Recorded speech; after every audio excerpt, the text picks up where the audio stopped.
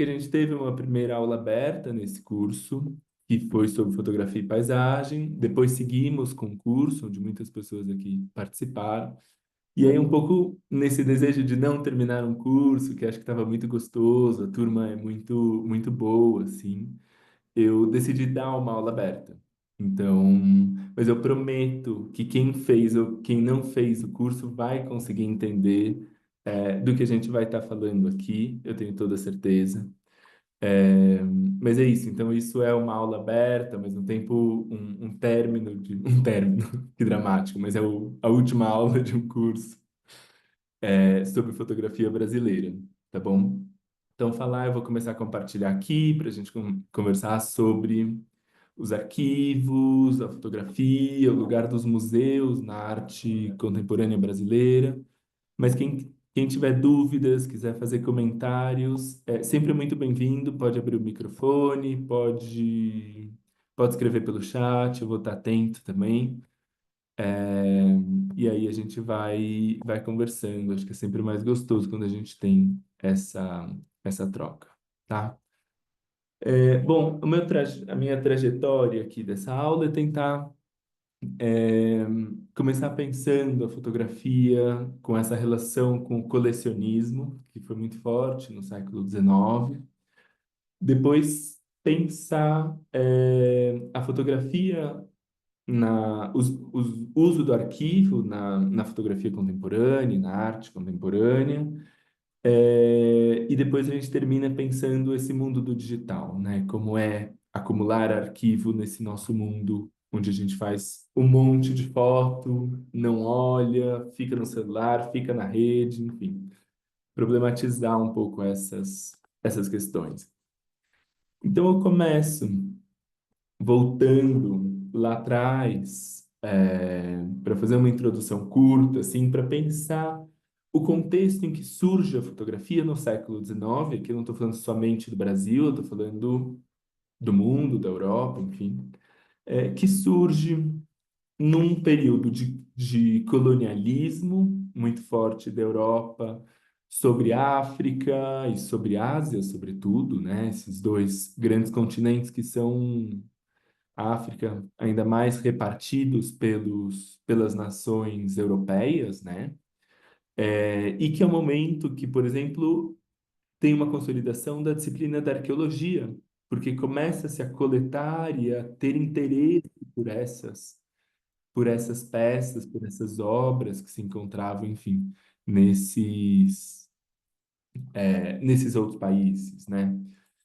E a gente tem também a consolidação, portanto, desses grandes museus universais, talvez o Louvre seja a representação mais forte, onde a gente tem uma mistura muito interessante. Eu não sei, enfim, se vocês já foram no Louvre, mas o Louvre é esse grande museu das grandes nações do mundo. Então, ele é enorme, você vai aí ver peças da Grécia, passa para a sala do Egito, passa para a Mesopotâmia, assim, você vai um pouco atravessando essa grande história da humanidade, né? Existe essa lógica por trás. Existe um texto crítico muito interessante da Françoise Verger, chamado Decolonizar os Museus, eu acho. É um livro fininho, tem em e-book, é muito interessante. Então, a arte começa nesses grandes museus universais se misturar com o documento.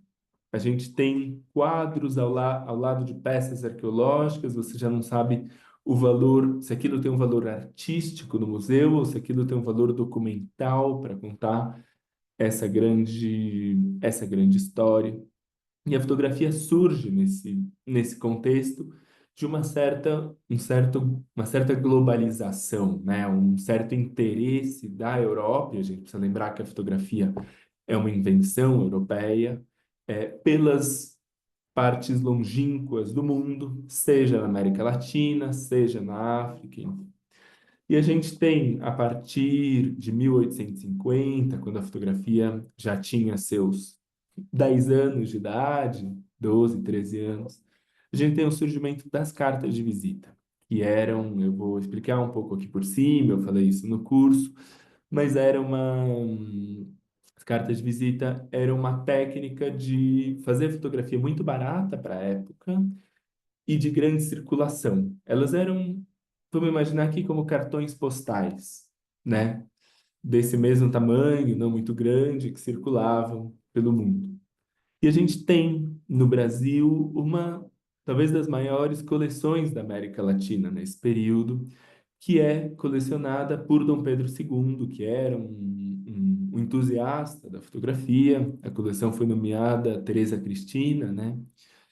E onde a gente vê esse interesse, essa coleção de Dom Pedro sobre as grandes nações da antiguidade, né? A gente está aqui no Egito, enfim, essas grandes construções humanas, aqui o Japão, Turquia. Vocês imaginem a mudança profunda que isso provoca no mundo, né? A gente, antes, para você ter uma imagem do outro lado do mundo, era uma raridade. Você precisava ter um quadro que chegava para você. E, de repente, essas imagens fotográficas começam a ser colecionadas não somente pelo imperador de um país, mas pelas pessoas de uma classe média, enfim. É, muitos europeus que vinham para a América Latina e para o Brasil levavam imagens daqui, então, enfim, tem toda uma questão da exotização, que eu não vou entrar aqui no caso, a gente falou um pouco disso na aula ao tratar sobre a Amazônia, mas existe uma certa ideia por trás disso,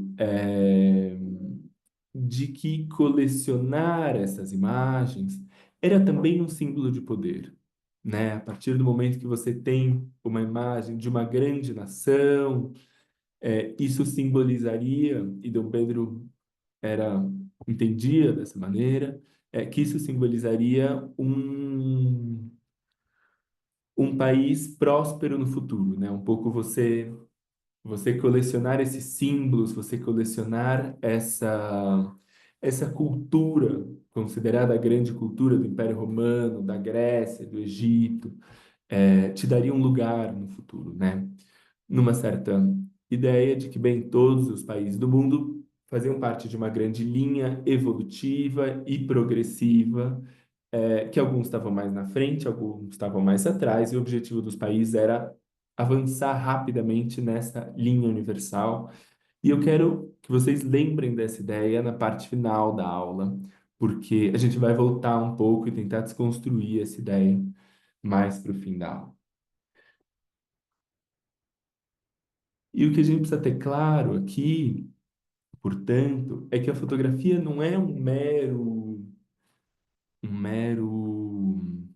como dizer, um auxiliar secundário da maneira como a gente constrói a história, senão ela é um instrumento central da construção da modernidade e da construção de história.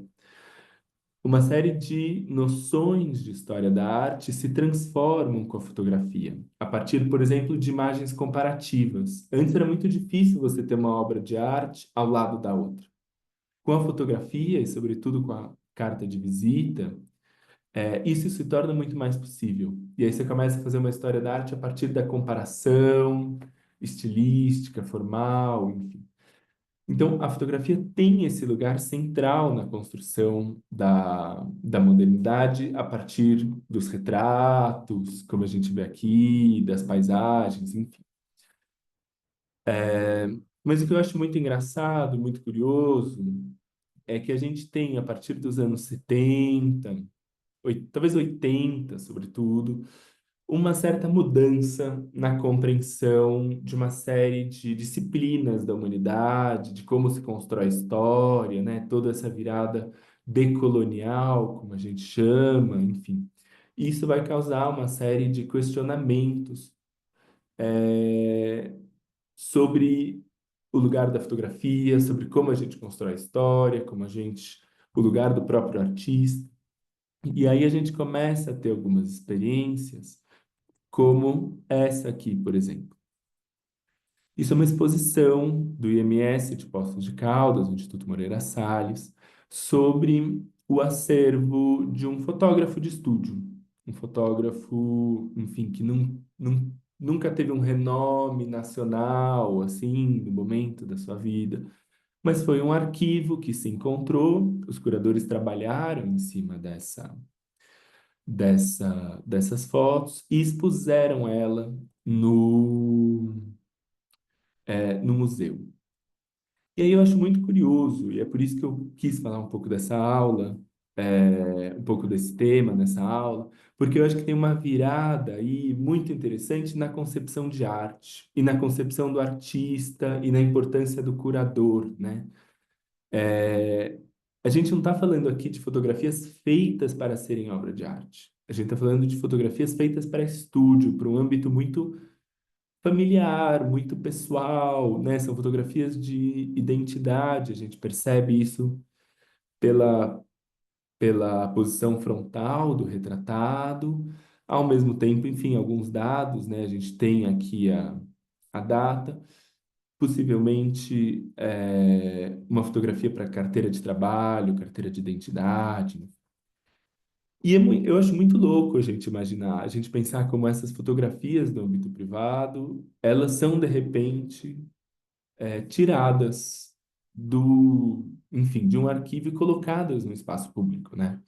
E aqui a fotografia também ela está agindo num espaço muito interessante, outra vez entre a arte e o documento, né? Ela é uma fotografia feita com uma finalidade de documento, mas que aqui, pela sua qualidade estética, se converte em arte. Claro, por uma certa qualidade estética, e aí, quando ela vai para o museu, esse valor estético se sobrepõe ao valor documental. Eu acho que a gente poderia fazer uma discussão ética sobre isso, que seria muito interessante, que eu acho que não se faz. Mas qual o sentido, né? Qual o direito da pessoa fotografada de ser exposta no museu de grande circulação ou não? Eu acho que é uma discussão válida. Aqui eu trago um outro exemplo, fotografias do Assis Horta, que é um fotógrafo curiosamente também de Minas Gerais, ele era de Diamantina, que quando Getúlio Vargas exige que as carteiras de trabalho tenham fotografia, as fábricas, indústrias chamam a Cisorta para fazer as fotos dos trabalhadores. E ele faz essa série de fotos, a gente vê, isso é uma carta de visita, porque a gente vê que o suporte de vidro está dividido em seis, não é uma fotografia só para o suporte, então eram fotografias baratas, tudo mais. De uma qualidade estética muito bonito, né? Uma luz, um contraste muito bonito, mas que, de novo, tem o seu valor, por um lado, documental, mas que são levadas para o espaço público, para um espaço expositivo,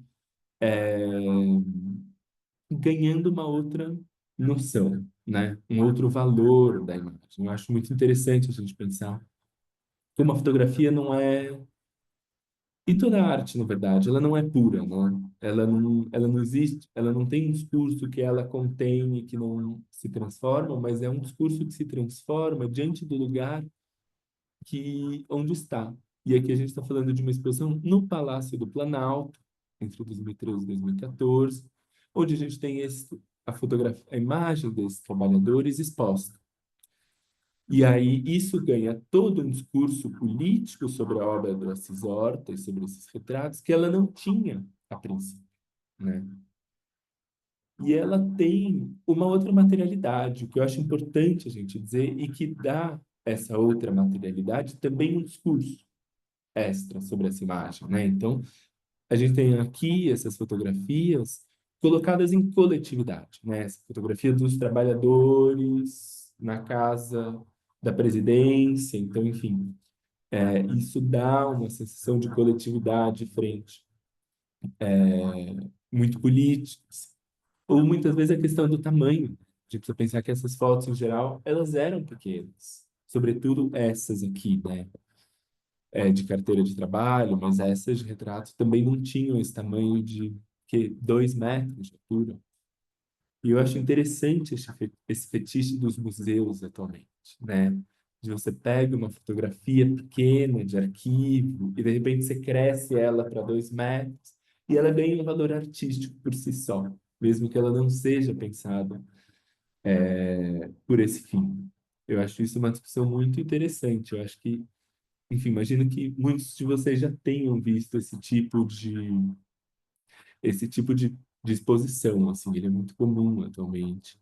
E ele tem a ver com um certo rompimento é, entre a fotografia artística que a gente entendia nos anos 50, 60, para aqueles que a gente vai entender nos anos 80 e 90. Quando a fotografia entra realmente no mundo da arte, a grande questão ela entrou por uma construção do fotógrafo como quase um gênio, né? Se a gente pensar, não sei, os grandes nomes, o Cartier-Bresson na França, mas também um tanto a Cláudia Dujar, enfim, que acho que todos conhecem, né? São fotografias excepcionais, né? Elas entram no museu por serem imagens excepcionais no seu tema, na sua qualidade estética, naquela questão que o Cartier-Bresson cria e usa, que é a questão do instante decisivo, né? Como se só aquele fotógrafo muito bem treinado, com o olho muito afiado, pudesse captar o melhor enquadramento no melhor momento. Isso sofre uma transformação nessa época, e por isso a gente vê esse tipo de imagem sendo valorizado como arte. É, mas também porque todo um discurso sobre a fotografia tá se transformando nessa época, né? E aí a gente começa a ter interesse por toda essa fotografia que a gente vai chamar de fotografia vernacular, né? Tudo aquilo que não está no campo da arte, que passa a ser colocado no campo da arte. Quem se interessar, eu já falei isso? Acho que não, né? Tem um texto muito bom da Rosalind Krauss, está no livro O Fotógrafo, chamado por uma não me lembro agora o nome, mas eu posso mandar. Eu tenho, se vocês quiserem. É um livro muito interessante e ela vai ser muito crítica, porque ela vai ser muito crítica a essa estetização da fotografia, no sentido que o único valor que prevalece nos museus é o valor estético, né?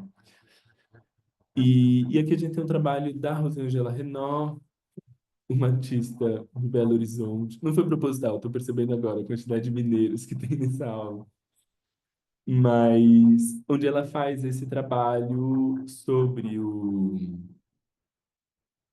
nome do livro é O Fotográfico, da Rosalind Krauss.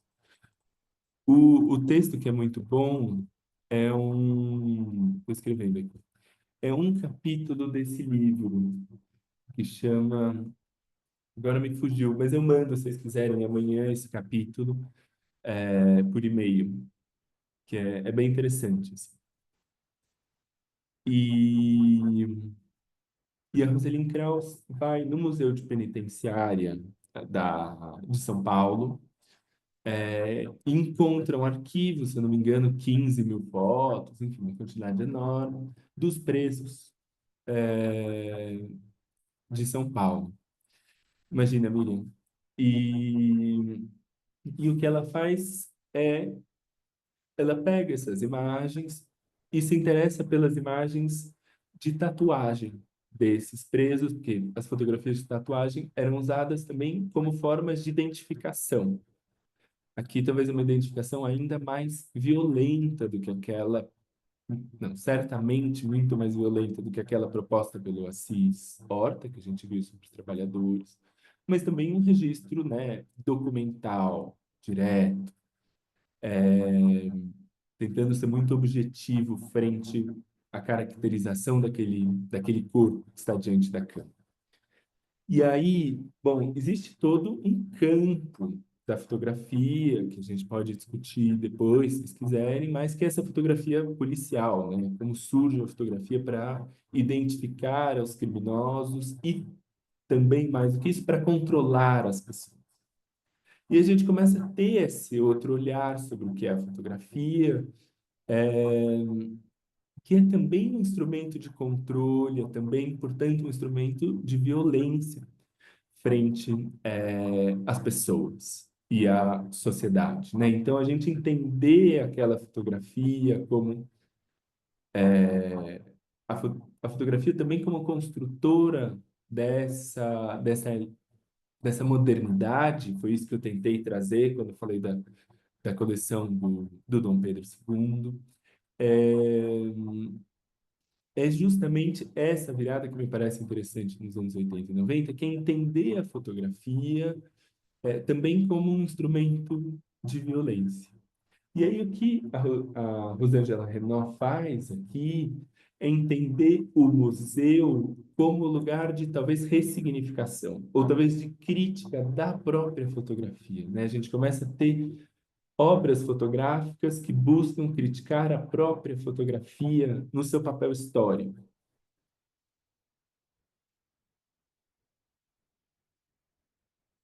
E mais uma vez nessa mesma estratégia de tirar ela dos arquivos, levar ao museu, aumentar de tamanho,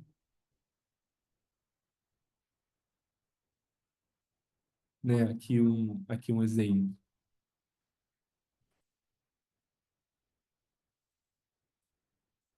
E, portanto, que a gente começa a ver numa série de trabalhos artísticos, portanto, é uma revisitação não só da fotografia, mas da própria maneira como a gente faz história, né? E da própria noção da grande história que Dom Pedro II tinha. E por isso eu trouxe Dom Pedro II no começo, para a gente repensar, para a gente entender esses trabalhos, acho que a gente precisa entender essa crítica a grande história, a história única, o tempo linear das coisas.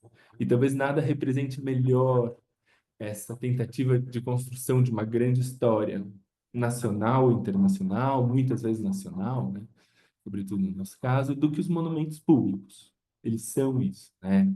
E não é à toa que a gente tem uma série de movimentos sociais, políticos contemporâneos, questionando monumento, derrubando, tacando fogo, isso não só no Brasil, teve isso na Colômbia, teve isso no Chile, enfim, em muitos países, nesse desejo de pensar uma outra história. E aí a Gisele Beigemann, que é uma pensadora, uma artista aqui de São Paulo, ela foi atrás desses monumentos públicos que estavam esquecidos, ou estavam guardados, ou estavam em depósitos por aí. E ela refotografa isso e também coloca esses monumentos outra vez no museu. Essa foto que a gente vê, ela é a foto da exposição, né? Então a gente tem aqui os monumentos, os pedaços do monumento, um pouco questionando, assim como fez a Rosângela Renault, que questionava quais fotografias não fazem parte da grande história da fotografia. O que a Gisele Beigemann está fazendo é quais são esses monumentos que foram esquecidos, né? Acho que a ideia de resgatar de um esquecimento ele é muito forte nas obras que a gente está vendo aqui. Aqui, então, eram as fotos nos depósitos, o processo de, enfim, tirá-las dos depósitos, levar elas para o espaço expositivo. E é muito interessante, porque aqui elas são feitas para o espaço expositivo, e a gente, de novo, traz ela para o museu como esse lugar que abarca agora todos esses tipos de arte e todos esses tipos de questionamento sobre a arte. Que, por exemplo, é o monumento do Olavo Bilac, que estava já, não sei, há 30 anos num depósito da Secretaria de São Paulo, enfim.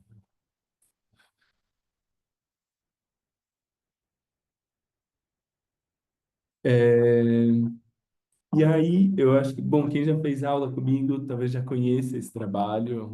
Eu mostro com uma certa frequência essas obras da Cheviana, porque eu acho que elas têm algumas características muito interessantes, assim, para justamente repensar essa história como a gente entende, assim. Geviana é uma artista do Maranhão, ela, mais do que uma fotógrafa, ela é Enfim, uma artista no sentido muito múltiplo, assim, de vários usos, várias apropriações da imagem. E eu acho que isso é um ponto muito interessante, como o lugar, a maneira de trabalhar do artista se transforma, né? O artista que trabalha com a fotografia, antes a gente entendia como um cara que vai para a rua ou que vai para o estúdio, faz a própria fotografia. E esses últimos exemplos que eu mostrei, a Gisele Bündchen, a Rosângela Renault, são artistas que trabalham com a fotografia sem fazer fotografia. E aí eu acho que, sobretudo no caso da Rosângela Renault, o trabalho, ele tem aí algo de uma curadora, né? Ela vai num arquivo e ela escolhe aquelas obras e escolhe como aquilo vai ser exposto, mas é uma outra relação com a criação, né? Uma outra relação com a matéria, assim. Não sei se estão de acordo comigo. E eu não acho que tenha mais ou menos criatividade aí, não é nenhum juízo de valor, mas eu acho que é uma outra maneira de se fazer, né? E que, na verdade, é muito interessante, porque se a gente for pensar na história da arte maior, talvez isso se inicie com Duchamp, né? Para quem lembra, o Duchamp expõe aquele mictório como um handmade ali, e chama aquilo de A Fonte, né? Não sei se vocês têm na cabeça essa obra, um grande clássico da história da arte. E o que ele está fazendo ali é justamente questionando esse lugar, né? Do que é o artista, o que o artista realmente tem que criar ou não. E que parece que a fotografia se apropria, talvez com um certo delay, assim, né? Algumas décadas depois, assim. Mas que não deixa de passar também com a fotografia. E aí, quando a gente está no contexto brasileiro e vai questionar essa grande história, isso certamente atravessa uma questão colonial, mas também uma questão muito racial e, enfim, de toda a herança escravagista do Brasil. E é sobre esse ponto que a Geviana trabalha. Ela tem essa série chamada Atualizações Traumáticas de Debré. Debré, né, foi esse artista que retratou o Brasil é, ainda durante o período escravagista. E ele, enfim, essa relação racial sempre, obviamente, estava muito posta nas obras do Debré. E o que a Geviana faz a partir da colagem é um pouco tentar inverter essa narrativa. E aí, então, esse lugar da mesa de jantar, numa grande casa, enfim, que poderia ser, historicamente, no Brasil, o lugar, da família branca, ela que altera esse lugar racial e coloca diante de nós uma família negra. E eu acho que tem uns detalhes muito interessantes que ela faz, né? A gente tem um menino nesse primeiro plano, com um celular, um joguinho, e umas espécies de Havaiana muito contemporâneo, né? Então a gente tem aí um jogo temporal que eu acho muito interessante, porque no fundo o que ela está fazendo a partir da colagem é sobrepor duas temporalidades, e a gente precisa lembrar que a fotografia aqui não é exata necessariamente fotografia, a gente tem uma mistura de meios aqui, mas pensando especificamente na fotografia, a fotografia é como uma lâmina do tempo, né? Ela é um tempo assim muito muito concentrado, muito instantâneo. E o que a Geviana faz aqui ela sobrepõe temporalidades.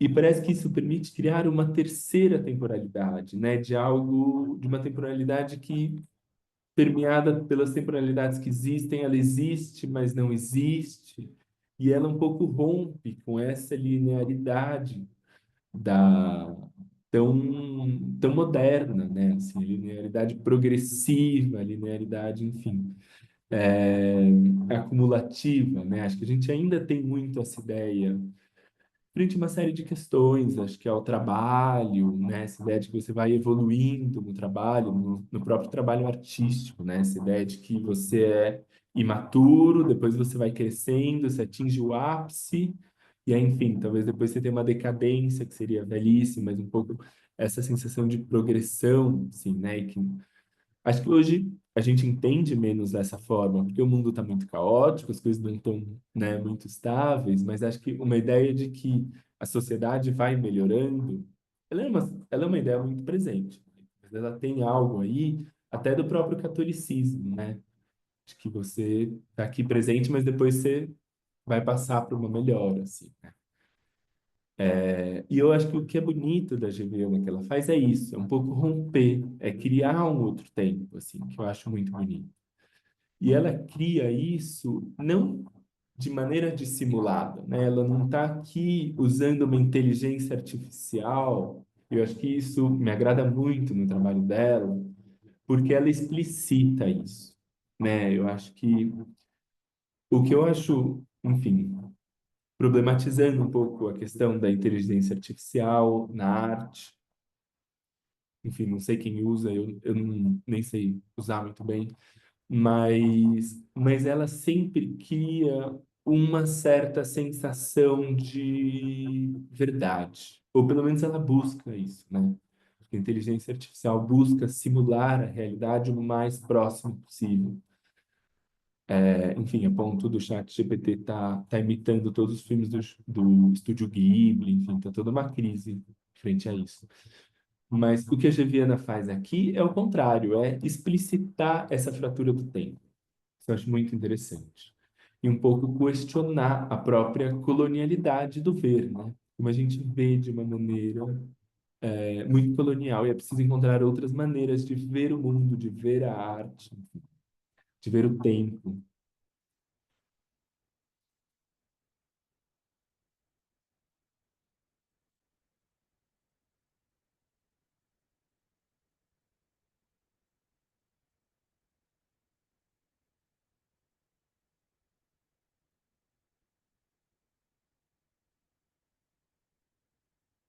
Esse eu acho que talvez seja a mais evidente para aquilo que eu falava, né? E os títulos, às vezes, eles são muito sugestivos, né? Para estratégias de sobrevivência, as maiores tecnologias são as nossas. E aí a gente tem esse homem com arco e flecha, mas que já parece um arco e flecha tecnológico, atirando contra esse drone, e o drone atirando contra o Congresso, o Senado, nem sei. Mas, mas acho uma provocação muito interessante, assim, um rompimento, né, dessa nossa ideia também do que é o ultrapassado, as técnicas, né, passadas e o que são as técnicas do futuro, né? Eu acho que a gente sempre coloca, ou, enfim, existe um discurso que coloca a tecnologia como a grande questão do futuro e a salvação, e eu acho que o que ela coloca no centro, às vezes, são outras coisas, né? São outras sabedorias, outras naturezas, enfim.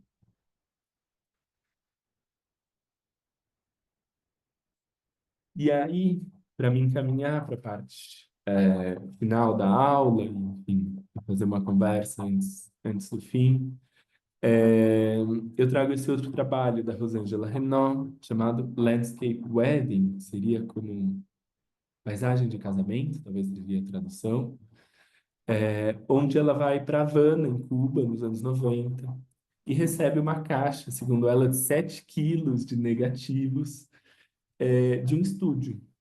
Em Cuba, enfim, era muito caro, ninguém queria manter, e ela traz para o Brasil e faz essa obra, que é uma sobreposição de negativos. É, e ela começa a se dar conta, vendo esse arquivo, que era um estúdio ali, sem grande importância de Havana, que tinha muito foco em casamento. E ela começa a se dar conta, e isso é muito difícil da gente ver, mas enfim, a gente acredita nela, que existe uma certa padronização das poses, dos gestos. Então, cada casal ia lá fazer uma foto em frente ao carro, fazer uma foto na sala de jantar, fazer uma foto com os pais da noiva, os pais do noivo. Enfim, existia uma certa padronização. E aí eu acho, primeiro, isso interessante da gente pensar como a técnica e os meios, eles produzem uma padronização da estética que ela tá, opa, passei demais, mas ela também está aqui, né? Como isso, enfim, essa maneira muito seriada de fazer fotografias é o que, enfim, dá um valor para aquilo, né? Então a gente olha aquela foto, reconhece como de identidade, reconhece como fotografia de casamento, e isso talvez nos gere uma certa, quase uma certa amnésia frente à multidão de fotografias que a gente vê. E aí, trazendo um pouco para o nosso campo, para a nossa atualidade, como isso também acontece, né? Como a gente tem uma certa padronização, na maneira de ver, de representar as coisas, muitas vezes, assim, né? Como a gente faz uma selfie, como a gente faz foto com os amigos, como a gente fotografa a paisagem, tudo isso, ele é ele nos é apresentado numa quantidade enorme atualmente pelas redes sociais, e talvez isso cause até quase uma vertigem visual, né? E eu acho que esse trabalho representa um pouco isso. Para ela tem essa ideia um pouco de uma cascada, de uma cachoeira aqui de negativos.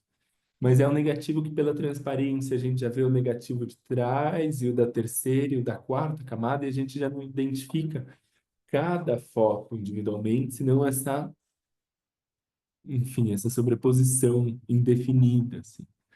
E eu acho que talvez isso diga muito sobre a maneira como a gente consome imagens atualmente, né? Muito padronizadas e é, em muitíssima quantidade.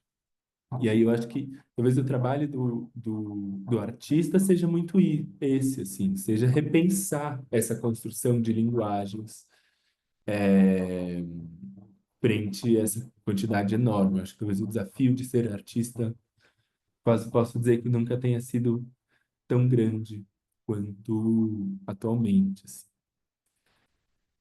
E aí, para realmente terminar essa aula, a gente ainda vai ter uns 10, 15 minutos para conversar. Eu queria trazer esse outro trabalho da Gisele Beigelman, outra vez, que é um vídeo, eu vou compartilhar aqui para vocês. Alguém tem algum comentário para fazer, por enquanto? Não? Beleza. E que é, bom, eu vou passando e comentando. O vídeo não está numa qualidade ruim, essa é a qualidade original do vídeo, porque ela faz com um celular, acho que é um dos primeiros celulares no Brasil com câmera de vídeo. E o trabalho chama CHG-SDU, porque é uma viagem de Congonhas para Santos Dumont, né? De São Paulo para o Rio, e essas são as iniciais, as três letras, melhor dito, do código dos aeroportos. E eu acho, primeiro, muito interessante como a viagem, para a gente tem muito uma associação com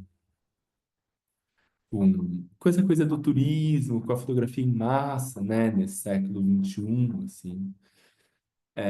E me parece que ela joga um pouco com essa questão, né, como o digital proporciona uma quantidade enorme de imagens e, ao mesmo tempo, não nos deixa ver, né? E como essas imagens, enfim, ficam nos nossos arquivos pessoais, e a gente tem ali no celular, mas a gente não vê, então também qual o sentido de produzir arquivo quase nesse buraco negro tecnológico digital, assim, né? É quase essa imagem que não, essa fotografia, a fotografia que é criada para nos permitir ver e que lá no século XIX aproximava os países, aqui parece que já é a fotografia que não nos permite ver, né? De tantas fotografias que a gente tem diante de nós.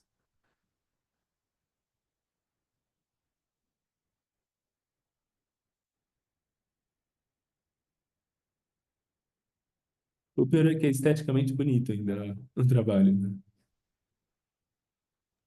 Enfim, Parece meio pintura, né, Alexandre? parece meio pintura, verdade, é interessante isso. É.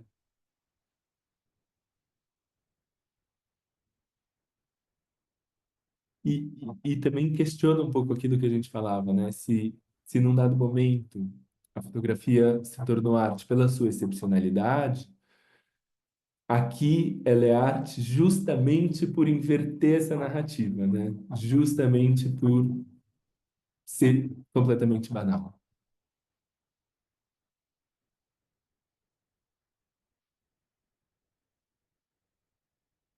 Enfim, não vou passar todo.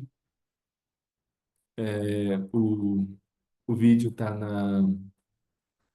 no site da Gisele Beigerman, mas para terminar mesmo, eu só queria voltar numa questão, espera aí, me atrapalhei, numa questão que eu acho que ela é interessante, ela é muito contemporânea também, que é essa questão da maneira como a gente trabalha os nossos álbuns contemporâneos. E, na verdade, de pensar qual é o álbum. Assim, eu não sei se vocês têm álbum, eu já não tenho álbum, nem sei qual foi o último álbum que eu tive. Enfim, pessoal, né? Não estou aqui nem falando de álbum de Copa do Mundo, mas, pensar o que que é atualmente o nosso álbum, né? Ele é o nosso celular, ele é o Google Fotos, ele é talvez o Instagram, onde a gente publique, a gente, enfim, vê o que tem ali, mas ao mesmo tempo a gente faz um álbum que já não é privado, ele já é um álbum público, né? Então já é uma outra noção de álbum. E aí eu fico pensando diante dessa outra noção de álbum, se isso aqui que a gente está falando também reflete uma condição muito do nosso presente, assim, quase essa mania do tornar tudo público, do que todo o privado também pode estar no público. E aí é por isso que a gente se dá o direito, enfim, os museus se dão o direito de fazer esse tipo de exposição, onde, a gente entende como uma certa homenagem ao fotógrafo, às pessoas comuns, mas ao mesmo tempo, né, parece que esse lugar privado ele já não é muito preservado, assim, né? Enfim, não sei se esse comentário faz sentido para vocês.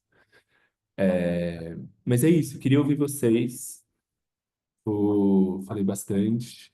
Vou deixar de compartilhar aqui, enfim, para saber as impressões de vocês, essa relação, enfim, com os álbuns, assim, como vocês veem tudo isso. Que vocês entendem que é o álbum atualmente? Seria o Instagram ou seria as nossas fotos privadas do celular, assim? Posso falar? Pode, claro, claro. É, justamente é o tema que me interessa já faz tempo, o tema da fotografia familiar do álbum. Uhum, Eu acho que nós continuamos criando álbum, só que a gente não guarda com o carinho que guardava nossa mãe, nossas avós. A gente já guarda no celular, que não é a mesma coisa. Mas tem a ver também com a tecnologia que nós temos hoje, porque imprimir fotografia ou ter uma câmera analógica já não é o comum para a gente. Então, é isso que a mim me preocupa muito, o tema do arquivo, o tema de guardar essa fotografia familiar que eu tenho muita fotografia familiar, estou trabalhando com isso também, e, é, e, e é fácil trabalhar com isso porque eu tenho muita, mas eu acho que a minha fotografia hoje, meus netos não vão ter acesso, porque vai se perder o computador, é, a memória onde eu guardei, vai desaparecer.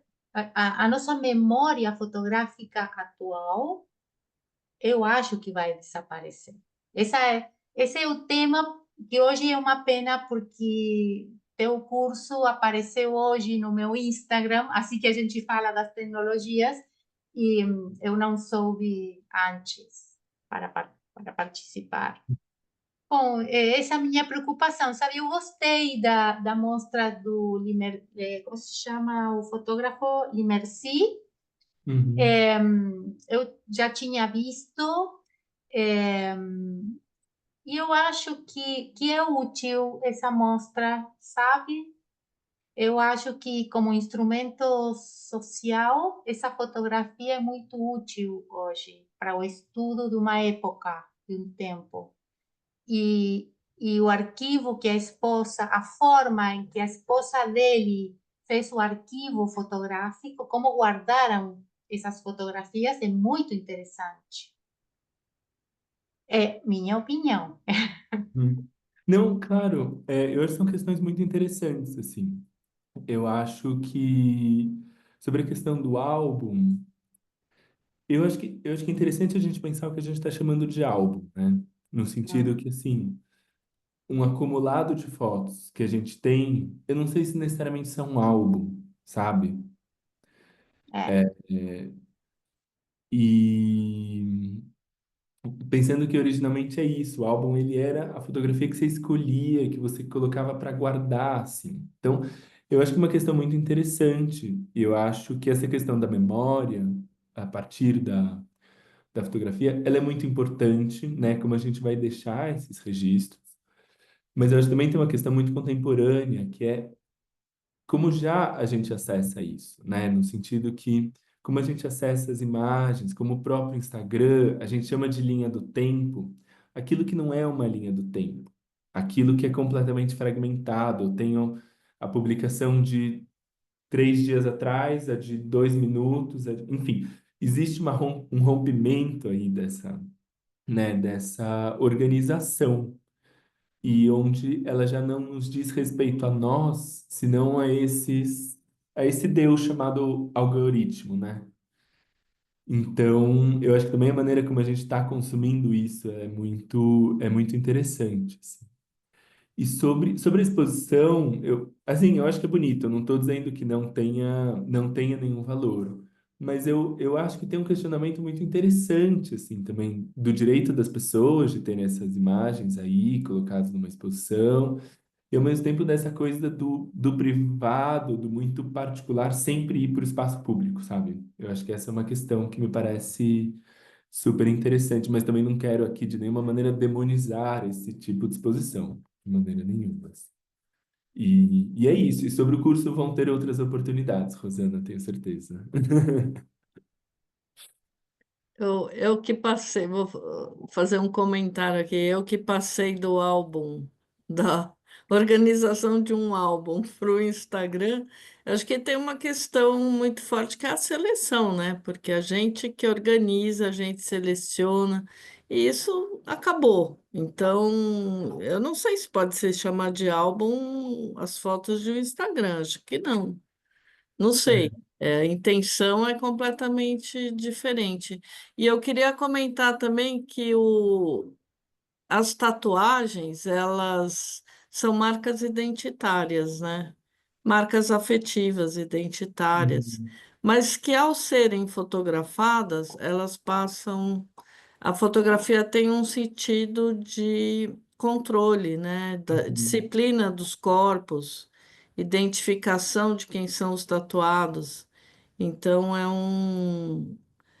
é completamente diferente uma tatuagem no corpo e e uma foto de uma tatuagem. Total, perfeito. E é muito interessante isso, porque é o critério que a polícia do Bukele está usando para prender. Enfim, nem sei se dá para chamar de critério, né? Mas é a É, desculpa, né? Para prender as pessoas em El Salvador, né? Aquelas pessoas que têm tatuagem são associadas enfim, a grupos criminosos e, portanto, são presas imediatamente. É verdade. E, de novo, enfim, né? Já é uma distorção da imagem do corpo do outro. É, Enfim, não sei se alguém mais tem algum. Ana, quer falar? Eu queria falar que eu compartilho com vocês essa ideia dessa problematização que a fotografia digital trouxe para o nosso arquivo. Porque eu também concordo que eu não sei se eu chamo isso de álbum, e também concordo com a Rosana quando ela falou que, cara, essas imagens elas vão se perder. A gente não sabe mais o que fazer com tanta imagem. Eu, por exemplo, eu também, como a Glória, saí da fotografia analógica, passei para fotografia digital, então eu tenho uma caixinha ali de albinhos de fotos impressas que estão ali, mas eu tenho 50 vezes mais fotos digitais que estão dentro do HD, dentro do backup desse HD. Aí do HD eu já fiz um blog para colocar na nuvem, porque se eu perder o HD, eu tenho ele na nuvem, e da nuvem ele está no iCloud, e aí a gente fica louco com isso, porque a gente Uhum. não sabe onde vai parar isso tudo, né? E eu não sei se vocês assistiram um filme, é, O Mundo Depois de Nós. É um filme mais ou menos recente que fala sobre o fim do mundo. Um filme interessante para assistir com a Julia Roberts. Depois eu procuro e compartilho lá no chat. É, assim, em linhas resumidas, o filme fala sobre quando começar o Holocausto, né? A Terceira Grande Guerra, que vai acabar com tudo e que a gente fica sem a tecnologia. E aí, né? Como é que a gente vai fazer? Então, assim, a fotografia digital trouxe inúmeras vantagens para a gente, muitos recursos, muitas possibilidades, mas ela trouxe também esse grande problema de que a gente já não sabe fazer, o que mais que faz com tanta imagem, com essa profusão de imagens. Ela me remete um pouco a esse trabalho da Da Rosângela Gisele Renault, Bacon? O do último. Landscape Wedding, que é É, da essa. Rosângela Renault. É. Exato, que aquilo representa, eu acho assim, pensando aqui, representa isso que eu estou falando. É tanta imagem que você já não vê mais nada. Você não tem uma coisa mais assim tão, sei lá, tão acessível. Meus filhos, por exemplo, não sei quando eles vão um dia e se vão acessar um monte de fotos que eu fiz e que contam a história das coisas que eu vi, das coisas que eu achei interessante. Será? Porque está tudo tão longe. Me parece que a fotografia, assim, o arquivo, as fotos, o arquivo de fotos ficou distante da gente. É. Ficou distante da gente, né? Quantas vezes a gente senta para ir visitar o arquivo de fotografias que a gente tem? Uhum. E para ver todas as fotografias, não tem mais essa. Pode ser até que você sente para você ver as fotografias, mas você consegue ver todas? Não consegue mais, Total. né? Então, até que ponto isso é legal, né? Assim, É, era isso. não, eu acho seu comentário muito bom e é muito louco, porque a gente não acessa justamente pela facilidade, né? É, exato. Pela facilidade de fazer fotos, de ver, a gente não acessa, o que é muito louco. E aí você Muito entrou, louco. antes de passar a palavra para Indara, nesse mundo da nuvem, que também aí tem toda uma outra discussão muito complexa, que é a quem pertence o nosso álbum, as nossas fotos, quando elas estão na nuvem. Porque quando elas estão na nuvem, não é que elas estão aí num lugar Só no servidor, esotérico, de alguém. elas estão num computador embaixo da terra, sabe lá quem, em qual país do mundo. E aí a Exatamente. gente está Exatamente. cedendo essas imagens para gente que a gente nem sabe quem é, na verdade, né? Enfim, Exatamente. é uma discussão muito louca e que passa aí não só pelas imagens, mas por toda uma construção de conhecimento que a gente faz e joga na nuvem, faz e joga na nuvem, né? É. Enfim. Indara, quer falar? É, eu estava pensando aqui sobre muito esse lugar da nuvem, mas também do álbum, né?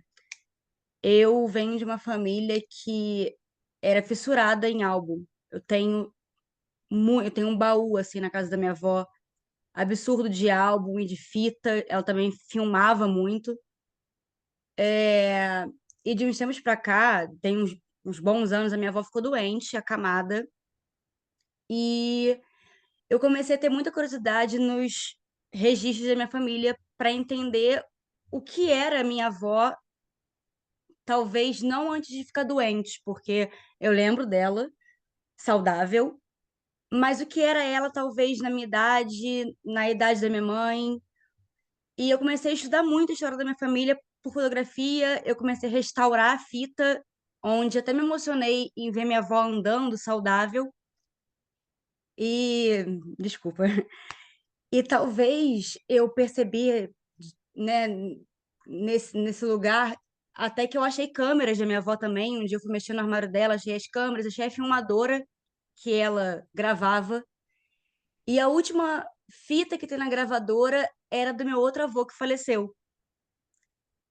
E aquele dia, pra mim, eu fiquei, meu Deus, né? Muita emoção e muita informação. Mas de uns anos pra cá, eu reparei que eu perdi a, o registro da minha avó por conta da tecnologia. É, a gente não faz. Eu lembro, assim, minha tia sempre é que fica responsável por usar o celular para tirar as fotos do Natal ou a Uhum. selfie da família, e ela não passa. E aí eu não cobro dela me passar aquelas fotos. E aí eu fui ver fotos da minha avó recente e eu reparei que tem acho que uns 2 natais que eu não tenho essas fotografias, porque elas se perderam. E aí a gente se perde, essa falta do álbum, a gente se perde até no fazer a fotografia, porque ela fica na nuvem, aí fica num HD, mas também fica num computador velho que quebrou, e se quebrou, você não tem acesso àquelas fotos. Sim. Então, acho que também vale a reflexão de talvez voltar para o papel, ele não seja só o álbum, ele seja você permanecer viva uma memória. É isso. Uhum.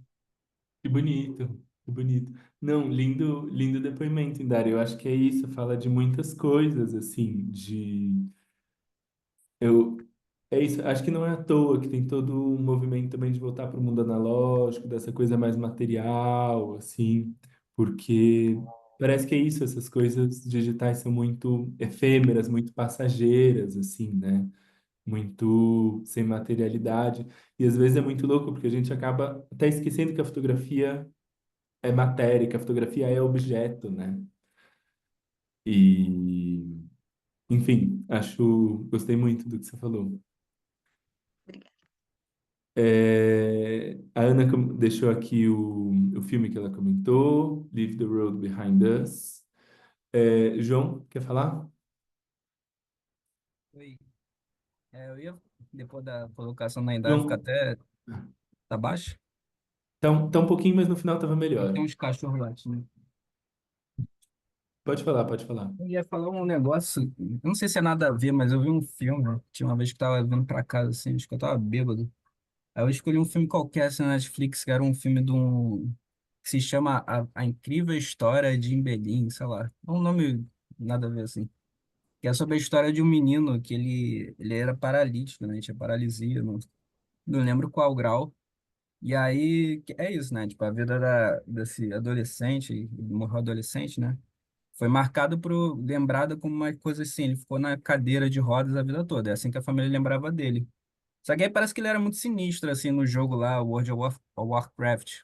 Aí por isso que eu tô falando que eu nem sei por que eu cliquei nesse filme, que eu não tenho o menor interesse por esse jogo.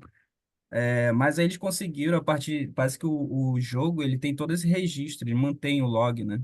Aí eles conseguiram remontar quase que uma história inteira dele em cima desse negócio. Aí por isso que eu tô falando que não tem nada a ver, mas é tipo, parece que você consegue remontar, tem essa coisa do digital footprint, né, que chamam. Você consegue remontar também a história das pessoas a partir de um outro viés, né? Às vezes é um comentário do Instagram, sei lá, a vida inteira tweetando da pessoa. Tipo, acho que meio que descentraliza também um pouco essa coisa do evento, né, que a fotografia trazia, e aí começa a ir para outros lugares, assim. Aí foi engraçado que o depoimento da mãe era uma coisa assim, não sei, meu filho nunca se apaixonou, né? Não teve uma paixão de adolescente. Aí, tipo, lá no jogo tem, a primeira vez que ele conheceu a namoradinha lá dele do jogo e tudo mais. Uhum. É, é, acho duas coisas, assim. Uma que você falou e que tem muito a ver com o que a Indara comentou, que, enfim, eu não falei na hora, Mas como é bonita essa relação da fotografia com o tempo, assim, né, com o passado, como ela consegue emocionar a gente, criar uma conexão que atravessa o tempo e que é muito bonito e que é muito próprio da fotografia, né? Eu acho que, enfim, outros registros também podem ter isso, mas eu acho que a fotografia é basicamente isso, né? Esse relato Enfim. da Indara até me lembrou, assim, tipo, depois, que meu pai, assim, eu também perdi meu pai recentemente, né? Foi 2021. E ele era também um cara que, tipo, não tirava foto pra nada, ele, tipo, mal usava o celular, assim. E aí parece ter um gap, assim, né? Que nem ela falou, parece que eu não tenho registro nenhum dele depois que ele, sei lá, perdeu o cabelo, tá ligado? Tem poucas fotos dele, assim, no meu celular. E aí um dado momento, assim, já era no passado, por algum motivo eu tava rodando, assim, no Street View, numa região onde ele trabalhava. Aí, pô, aí eu cliquei, né? Eu, pô, vou procurar ele no Street View, ver ele num dia normal, em 2000, sei lá, 2015, época que ele tinha a loja. Aí eu fiquei procurando ele na loja. Primeiro eu tinha que achar onde era o endereço da loja. Aí eu fiquei pesquisando lá nos dados dele, assim, onde é que era o endereço. Aí eu fiquei indo e voltando na... Sabe, como se tu dá Uhum. um step pra frente, aí ele meio que muda, assim, um momento. Aí mudando de ano em ano, aí o máximo que eu achei foi a fachada, assim, do jeito que ele deixava. Que era uma loja de colchão, sabe? Uhum. Aí já me remeteu uma coisa que eu já, tipo, tinha perdido, porque ele não tirava foto, não tinha foto dessa época que ele tinha essa loja, e remontou uma coisa assim na minha cabeça. Falei, cara, realmente tinha essa coisa, essas bandeirinhas e tal. Então é engraçado. Uhum. Aí, tipo, conectando um pouco essa coisa do digital footprint, né? Que quantas coisas tem nosso espalhada por aí que, tipo, sei lá, nossos netos vão buscar. Nossa, meu pai odiou, sei lá, o show do Bruno Mars, sabe? Uma coisa maluca. Claro, mas é isso, lugares de memória, né? Essa coisa da fachada, enfim, cria toda uma relação que é muito bonita e que é muito particular, assim. Eu me lembrei de dois textos, bom, dois livros. Um é um livro clássico de fotografia do Roland Barthes, que é o Câmera Clara. Na segunda metade do livro, ele também abre, eu acho que a caixa de fotos da mãe, a mãe tinha falecido, e ele busca uma fotografia da mãe que onde a mãe tivesse como ele lembra, assim, de uma, assim, que remetesse ele àquela lembrança da maneira como ele lembrava da própria mãe. E eu acho que, se eu não me engano, ele encontra uma fotografia da mãe num jardim de inverno, eu acho. E ele começa a escrever, ele escreve muito bem, é muito bonito. Então, esse é um livro, essa é a segunda metade desse livro curto. Se vocês quiserem, me pede depois e eu mando. E o outro é um livro de literatura, que eu gostei muito quando eu li do Sebald, né, Os Imigrantes, e que também aí já não, aí, enfim, mescla também relato e foto, mas é ele indo atrás. São vários crônicas, vários relatos, assim, mas é ele indo atrás do professor do segundo grau, enfim, ele um pouco em busca dessas memórias, juntando texto e imagem. Acho que são duas referências bem bonitas para esse tema. Não sei se mais alguém tem alguma. Não. O segundo livro, eu acho que você sabe, eu não lembro se é os imigrantes, os emigrantes, eu acho que é os emigrantes, não é? Emigrantes, eu acho. Emigrantes, é. Emigrantes, Sebald. Enfim, tem umas iniciais, tipo HE, GH, Seba, mas enfim, vocês vão achar. O João tinha aberto o microfone, você quer falar, João, ou não? Não vai ser querer, desculpa. Ah, tá, imagina. É, Não, beleza, a gente já passou aqui alguns minutinhos, eu tinha prometido aula até 9 do horário de Brasília. É, Primeiro, agradecer muito a presença de vocês, mas falar para ficarem atentos e atentas à programação do Contraluz. Temos muitas coisas. Bom, para quem é hablante de espanhol, retratistas, quer falar do Retratistas do Morro? Não Não? resisti, porque eu lembrei muito, né, das... Não, fala você, rapidamente. Tá. Não, para somar um pouco mais aos mineiros dessa classe, os Retratistas do Morro são dois fotógrafos de estúdio, agora eu não lembro de qual lugar eles são exatamente, mas enfim, eu acho que é periferia de Belo Horizonte, se não me engano, e eles tinham um estúdio, e eles fazem fotografias ali das comunidades, são também fotografias muito bonitas, ao mesmo tempo muito com esse valor que hoje se tornou arte, assim, então é uma lembrança que vem muito a calhar. Enfim, estou com uma disposição por Sesc, por vários lugares, assim. Mas é isso. Estamos com uma programação intensa. Amanhã a gente tem mais aula aberta sobre fotografia decolonial com a Ana de Franco, uma professora genial. Segunda-feira a gente tem também uma aula aberta, que aí essas duas são inícios do curso sobre fotografia argentina, que vai ser muito bom com o Igor Wagner. É, vale muito se inscrever. Dia 18, a gente tem o primeiro encontro de um ciclo de conversas com fotógrafos cubanos exilados. Então a ideia é fazer, vai ser um domingo, então assim, um dia tranquilo. Vai ser muito legal, vai ser uma vez por mês. A ideia é ter vários olhares para esse país tão complexo, sobretudo a partir da questão da diáspora, do exílio, mas tendo, óbvio, como foco central a fotografia. E segunda-feira, eu começo a divulgar um novo curso. Para o mês de junho, a gente vai ter uma aula aberta dia 28 sobre representação de paisagem na fotografia. A gente vai aí tentar fazer pontos também com a pintura, e tentar. Eu vou cometer um pecado nesse curso, que é falar não somente de América Latina, mas tentar colocar a América Latina no contexto do mundo. Então, sempre a gente vai começar num contexto não latino-americano para tentar entender como isso reverbera aqui na nossa região, sobretudo aí já na fotografia, tá? Então, enfim, fiquem muito atentos, atentas, e muito obrigado pela participação de vocês. Obrigada, Lê. Uma boa noite. Obrigada a Boa você, noite. Alexandre. Boa Mais noite, uma aula Ana. Obrigado. brilhante. Obrigado, Ana. Valeu demais. Estou já esperando o próximo Boa curso É de noite, isso aí. paisagem. Ana. Boa noite, Glória. Bom ver vocês. Vou ver você também. Obrigado. Ah, Boa noite, Obrigada. Valeu, gente. Tchau, amiga. Tchau, tchau. gente. Boa noite. Boa Gente, Boa noite. Tchau, tchau. noite.